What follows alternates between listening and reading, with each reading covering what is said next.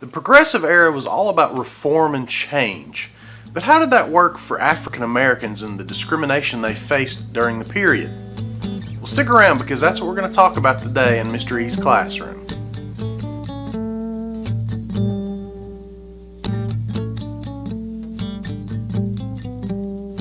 Hey ladies and gentlemen, Mr. E here.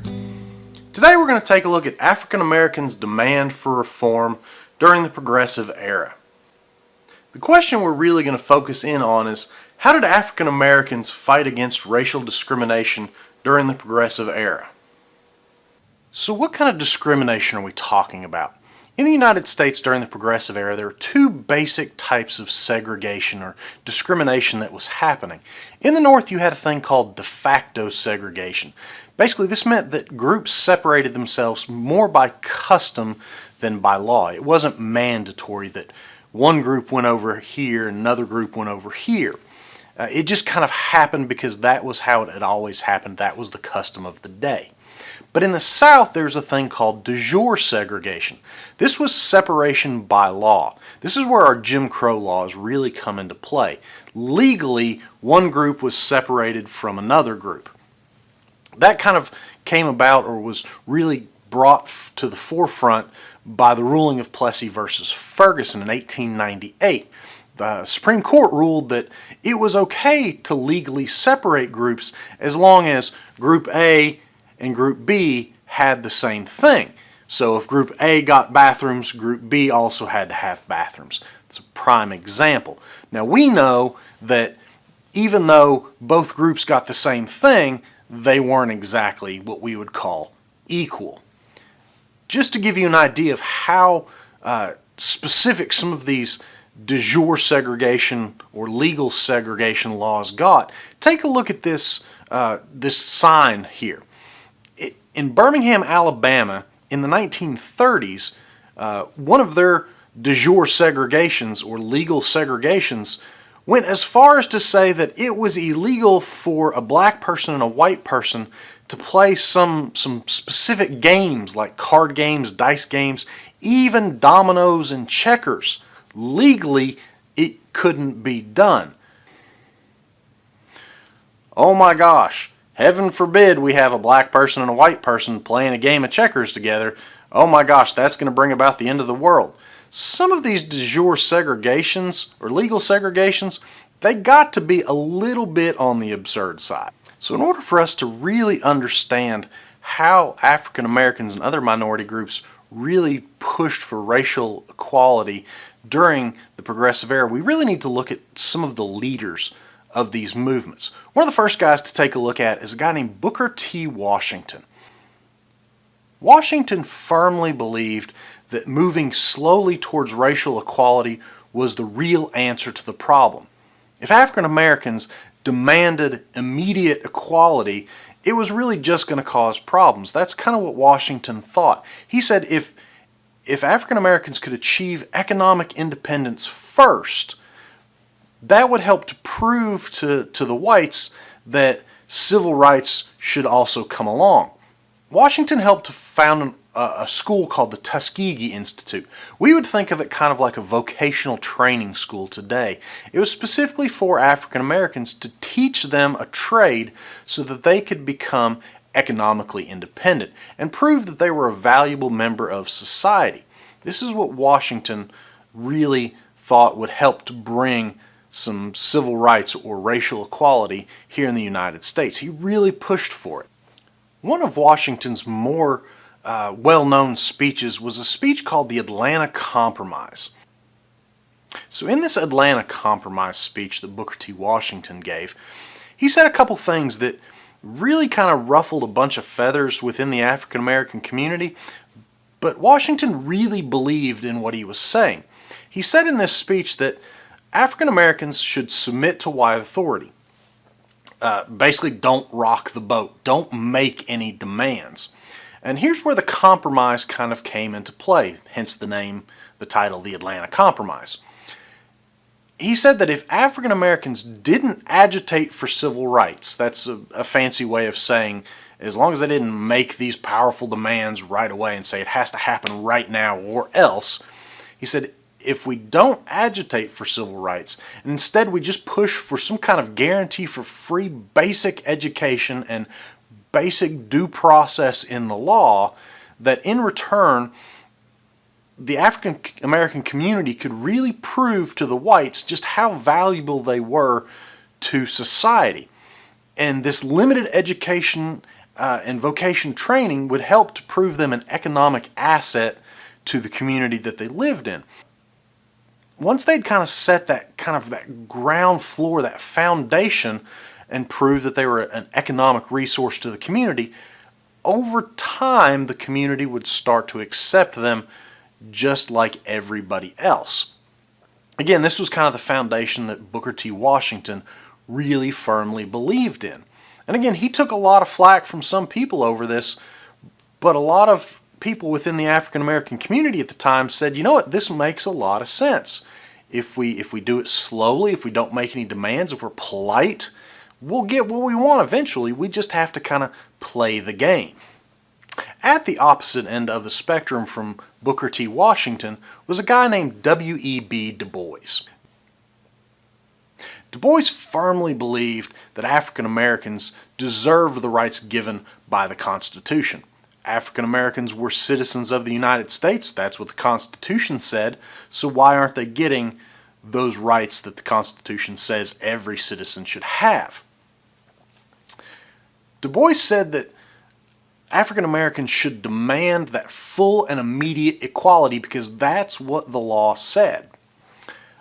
Du Bois believed that the way to really kind of emphasize this point was through formal education.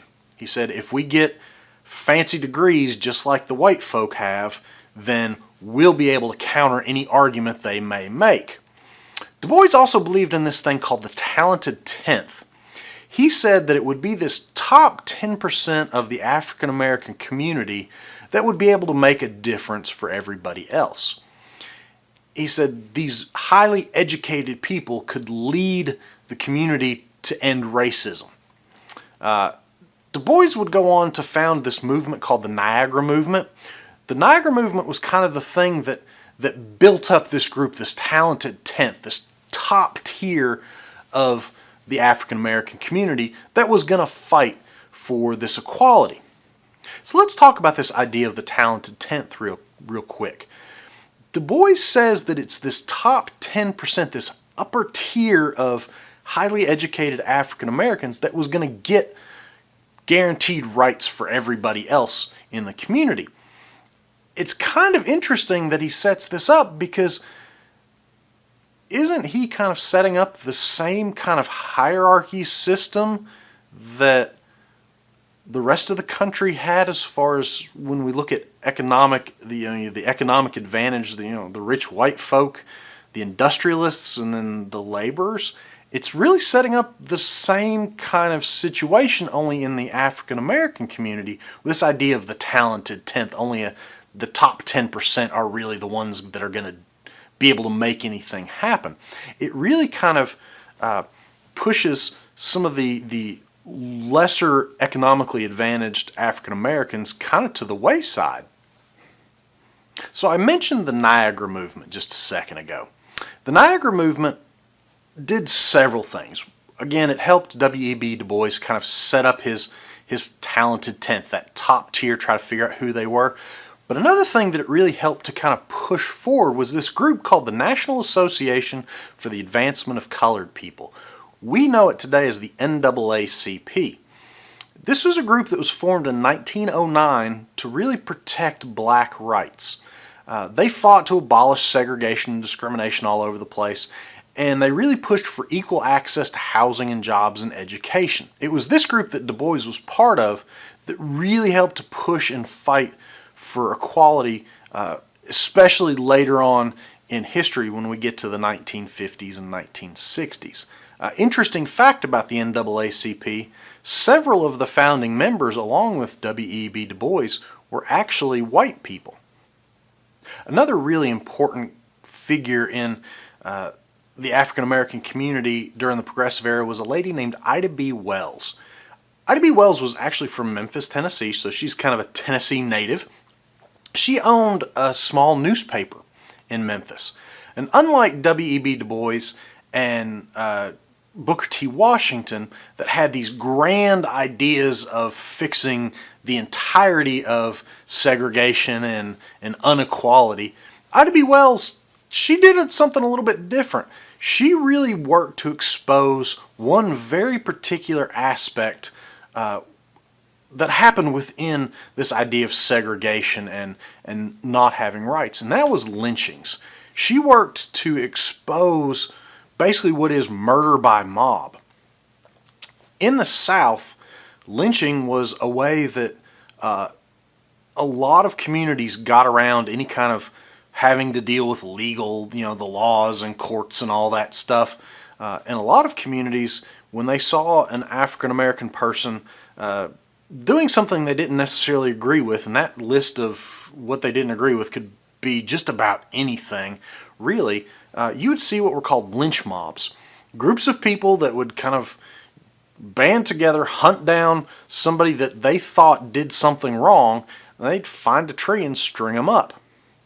When she was younger, Ida B. Wells witnessed this happen to somebody that she knew. And it really had a huge impact. And she said, this just is not right. And she really worked to try to expose what was happening to the rest of the country through this newspaper that she had. And she did a fantastic job at it. So why is it that Wells would really focus on this as a kind of a way to advance the African American community, to get them on more equal footing with everybody else? I want you to take a look at this chart real quick. Lynching was a huge issue in the South. You can kind of take a look at the numbers here, that in any given year there were more than 200 lynchings in the South, pretty much any southern state. This was how a lot of things were dealt with in the South, and it really just wasn't right on so many different levels. Wells really pushed to bring an end to this and expose what was happening, especially in the South. One of the last kind of leaders that we need to take a look at in this section is a guy named George Washington Carver. Carver's main claim to fame is to help end the Southern dependence on cotton. He was a teacher at the Tuskegee Institute, that place that Booker T. Washington kind of helped set up and get going. And he focused on farming. In the South, the farming was still a huge part of the economy. And unfortunately, the main cash crop was cotton. Cotton is an incredibly labor-intensive crop to grow, which meant you had to have a ton of people to be able to make any kind of profit. That's kind of the reason the United States really got into the whole slavery game to begin with. Carter said we need to find a better crop to grow here in the South. Something that isn't quite as labor-intensive, but can still be just as economically important. So the thing that he, through a bunch of experimentation, realized would grow incredibly well in the southern climate, just like cotton did, was peanuts. And at the Tuskegee Institute, along with teaching different kind of farming methods, Carver really worked to find as many uses for peanuts as he possibly could. He said, if we have this new cash crop that can be used in a lot more different kind of ways than cotton, because let's face it, cotton, there's pretty much only one thing you can do with cotton, and that's turn it into some sort of cloth.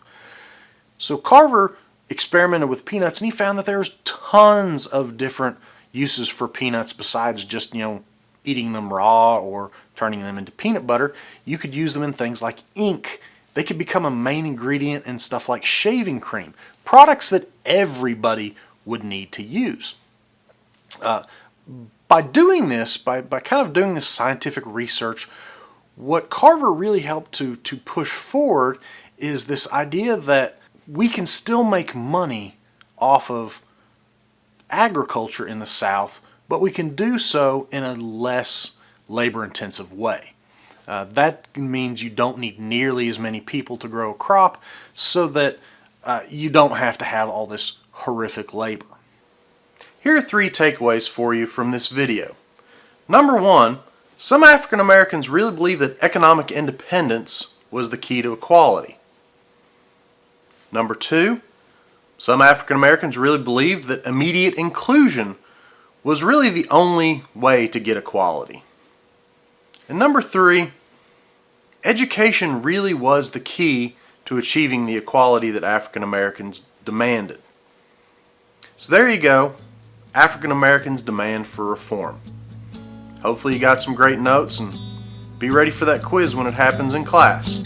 And until next time, as always, guys, don't ever stop learning.